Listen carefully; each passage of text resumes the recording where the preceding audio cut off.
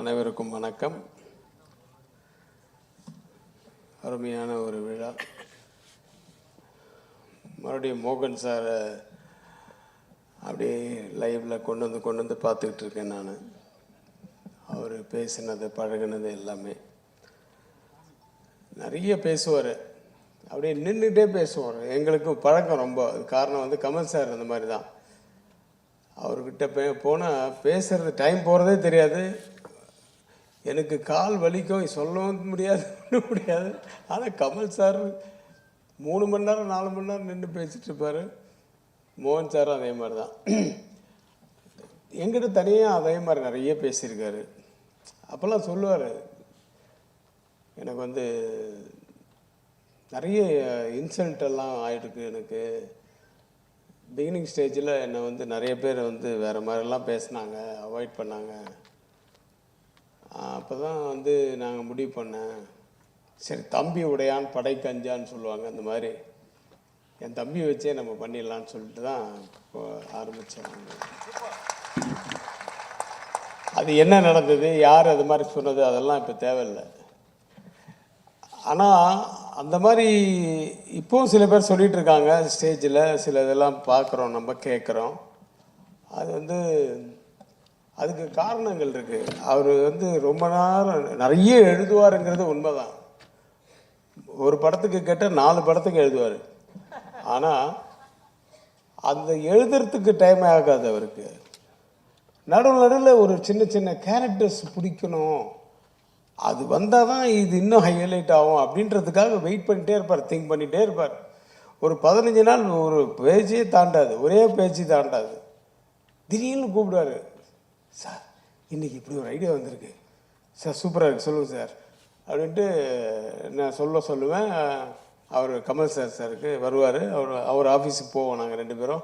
அது மிஸ்டர் விஸ்வநாதன் இருக்காரோ இல்லையோ, அவருக்கு கூட ஒரு பிஏ மாதிரி ஒருத்தரை வச்சுக்கிட்டா என்னெல்லாம் இவர் நினைக்கிறாரோ அதை அவர் மூலிமா சொல்லிடலாம். அபி சண்முகியை அவர் போய் தொடாத அளவுக்கு ஒரு ஸ்டாப் பண்ணுறதும் அவராக வச்சுக்கலாம். டெல்லி கணேஷ் கேரக்டர் சொல்கிறாரு, நீங்கள் யோசிச்சு பாருங்கள். டெல்லி கணேஷ் கேரக்டர் இல்லைன்னா அபய் சண்முகி எவ்வளோ பெரிய மைனஸாக இருந்திருக்கும். அந்த கேரக்டர் உள்ளே வந்து நுழையிறதுக்கு தான் லேட் ஆகுது தவிர டைலாக் உட்காந்தாருன்னா சொல்லிக்கிட்டே இருப்பார். அவர் அசிஸ்டண்ட் ஒருத்தர் இருக்கார், அவர் ஃப்ரெண்டு குகன். அப்பா குகன்லாம் என் ஆஃபீஸ்லேயே கிடப்பார், நைட்டில் தான் எழுதுவார். இப்போ இன்றைக்கி தான் சொல்கிறாங்க ஏஆர் ரஹ்மான் அவங்க சிம்பு இவங்கெல்லாம் நைட்டில் தான்ப்பா நிறைய ஒர்க் பண்ணுவாங்க. கேசுமோகன் சார் எந்த காலத்துலேயும் அவர் நைட்டில் தான். அவர் ஏன்னா அமைதியாக இருக்குமா, 9 மணிக்கு தான் உள்ளே வருவார். வெத்தலை பாகெல்லாம் போட்டு நல்லா சாப்பிட்டு, என்ன சார் தூங்குற நேரத்தில் வரீங்கன்னு, இதான்ப்பா எனக்கு பழக்கம் அப்படின்னு. விடிய எழுதி காலம்புரை விடிஞ்சதுக்கப்புறம் தான் வண்டி எடுத்துகிட்டு போவாங்க. அந்த மாதிரி அந்த கேரக்டர்ஸ் உள்ளே வரத்துக்கு தான் அவர் டைம் எடுத்துப்பார். டைலாக் எழுதுறதுக்கு டைமே எடுத்துக்க மாட்டார். அவர் வேறு வந்துக்கிட்டே இருக்கும். ஏன்னா நிற்கவே நிற்காது, போயிட்டே இருக்கும். நம்ம தான் எங்கேயாவது ஸ்டாப் பண்ணணும்.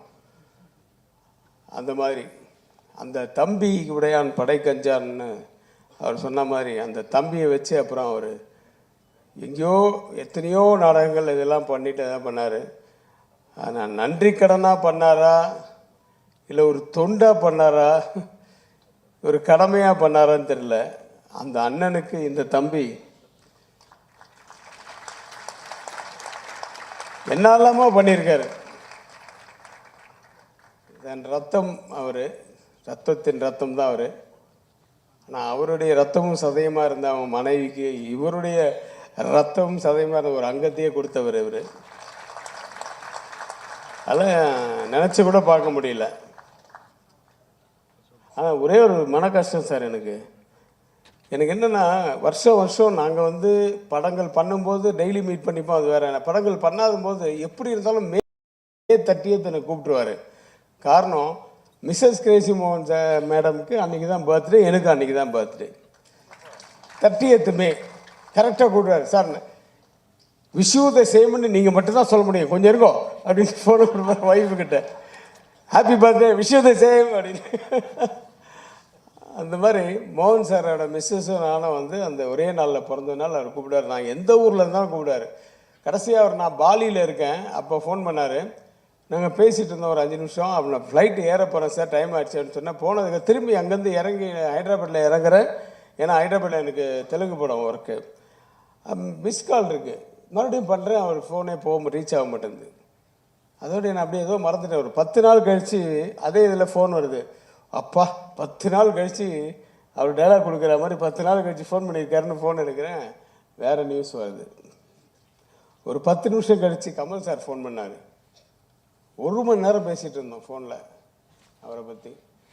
ஸோ எல்லாரும் ஒரு காலத்தில் போக வேண்டியது தான். கொஞ்சம் முன்ன போயிட்டார். அதை பற்றி நம்ம நினச்சி பார்க்குறோம். அவரை மறக்கவே முடியாது. ஆனால் இந்த மனுஷன் இருக்கார் பாருங்க, ஆள் தாங்க பார்க்குறதுக்கு அப்படி மனசு. அவர் அண்ணனுக்காக என்னெல்லாமோ செஞ்சாரோ அதில் ஒரு சின்ன பங்கு தான் இன்றைக்கி. இது ஒன்றும் பெரிய விஷயமே இல்லை. இந்த மாதிரி இன்னும் அவர் நிறைய செய்வார் சார். அந்த காலத்தில் வந்து அந்த இன்டர்நெட்டு அதெல்லாம் இருந்ததுன்னா இப்போ கமல் சார் வந்து எல்லாமே நெட்டில் தான் இருக்கும். அவர் அதில் ஹார்ட் டிஸ்கில் எடுத்து வச்சுருவாங்க. அந்த மாதிரிலாம் இருந்ததுன்னா அபய் சண்முகி இவ்வளோ பேப்பர் தனியாக இருந்தது சார், வெயிட்டுக்கு போட்டாருங்க சார் ஆஃபீஸில். அதெல்லாம் நம்ம எடுத்து வைக்கல. அந்த காலத்தில் கிடையாது அதெல்லாம். அந்த ஹார்ட் டிஸ்கில் சேர்த்து வைக்கிறது, அது படமும் சரி அதுவும் சரி. அலைன் சார் வந்து இன்றைக்கி இந்த புக்கு இந்த மாதிரிலாம் புக்கு போடு சாஸ்வீதம்னு சொன்னார். நாங்கள் கமல் சார் வந்து அவர் படங்களாக அவருடைய கதைகளோட வசனங்களை படங்களாக எடுத்து சாஸ்வதமாக வச்சுருக்காரு. லைப்ரரியில் இருக்குது, என்றைக்கு வேணால் போய் பார்க்கலாம். அவரோட ட்ராமாஸை வந்து அதே மாதிரி புக்ஸாக கொண்டு வந்து ரொம்ப ரொம்ப thanks. Thanks for Jayaramji, Asha இந்த நெஹ்ரு. நாங்கள் அடிக்கடி நாங்கள் பார்த்துட்டு அதான் சொல்லுவோம். ரவி அப்பாசாமி சார், எல்லாருக்கும் நன்றி.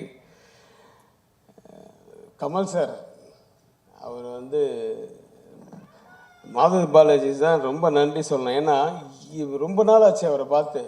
ஏன்னா அமெரிக்காவுக்கு போகிறதுக்கு முன்னாடி நேராக பார்த்தது. அவரை பார்க்குறதுக்கு ஜெயராமன் பார்க்குறதுக்காவது நம்ம இன்றைக்கி இந்த ஃபங்க்ஷனுக்கு போனோன்னு ஓடி வந்தேன். நான் ஆக்சுவலாக திருச்சியிலேருந்து வரேன். திருச்சியில் 13 நாள் ஷூட்டிங்கு, 9 நாள் முடிஞ்சது. இன்னொரு 3 நாள் ஷூட்டிங் இருக்குது பேலன்ஸ். இருந்தாலும் 1ஆம் தேதி கமல் சார் டேட் கொடுத்துருக்கேன், நான் கண்டிப்பாக வரேன்னு சொல்லிட்டு நான் வந்தேன். நேற்று நைட்டு தான் வந்தேன் திருச்சி. மறுபடியும் போனோம். இதை மிஸ் பண்ணக்கூடாது. ஏன்னா இவங்களெல்லாம் பார்க்குறதுக்கு எங்கே இந்த மாதிரி தான் பார்க்க வேண்டியதாக இருக்குது. அவர் ஒரு இதில் இருந்தால் பரவாயில்ல, இந்த பக்கம் அரசியல், இந்த பக்கம் இதுன்னு ஏகப்பட்டு இந்த பக்கம் படங்கள் எல்லாம் போதாதுன்னு ஏஐ வேறு. இப்போ அடுத்தது என்ன கலக்க போகிறார் ஏஐலேருந்து அப்படியே ஆச்சரியமாக வெயிட் பண்ணிகிட்ருக்கோம். ஸோ ஒரே ஒரு விஷயந்தான், இந்த அஜித் வந்து என்னை இன்னுமே யாரும் தலைன்னு கூப்பிடாதீங்க, ஏகேன்னு கூப்பிடுங்க அப்படி இப்படின்னு சொன்னேன். அடுத்த படம் பார்த்தீங்கன்னா அந்த படத்தில் ஃபுல்லாக தலைன்னு தான் கூப்பிட்றாங்க. அவர் நடிச்சிருக்காரு, அவர் டப்பிங் பண்ணியிருக்காரு. அது மாற்றவே முடியாது. அதே மாதிரி தான் உலக நாயகன் என்னை கூப்பிடாதீங்க. நீங்கள் யார் சார் அதை சொல்கிறதுக்கு? நாங்கள் கூப்பிடுவோம். இது வந்து ஒருதலை காதல் மாதிரி. நீங்கள் காதலிக்கன்னா விடுங்க, நாங்கள் உங்கள் காதலிப்போம். You can't stop us. நாங்கள் கூப்பிடுவோம் சார். நீங்கள் என்ன சார் பத்மஸ்ரீ போட்டிருக்கீங்க? பத்மபூஷன்லாம் வாங்கிட்டாங்க நிறைய பேர். அப்போ யார் தனியாக நிற்கணும்னா ஒரு பேர் வேணும்ல. அது உலக நாயகன் தான் நாங்கள் கூப்பிடுவோம். உலக நாயகன் கமல் சார் தான் இல்லையா? அவங்க வேணான்னா அவங்க சொல்லிட்டு போட்டோம். நம்மளை நிறுத்தவே முடியாது யாரும். அதை விட இன்னும் சூப்பர் விண்வெளி நாயகன் மணி சார். அடுத்தது இதுக்கப்புறம் வேறு பட்டமே இல்லை. ஸோ அந்த உலக நாயகன் இருக்கும் மேடையில் என்னையும் அழைத்ததற்கு மிக்க நன்றி மாது சார். இன்னும் நிறைய நினச்சிட்ருக்கேன். ஆனால் நான் அவங்க பேச்சை கேட்கறதுக்கு நிறைய வெயிட் பண்ணிகிட்ருக்கேன். அதனால் நன்றி கூறி விடைபெறுகிறேன்.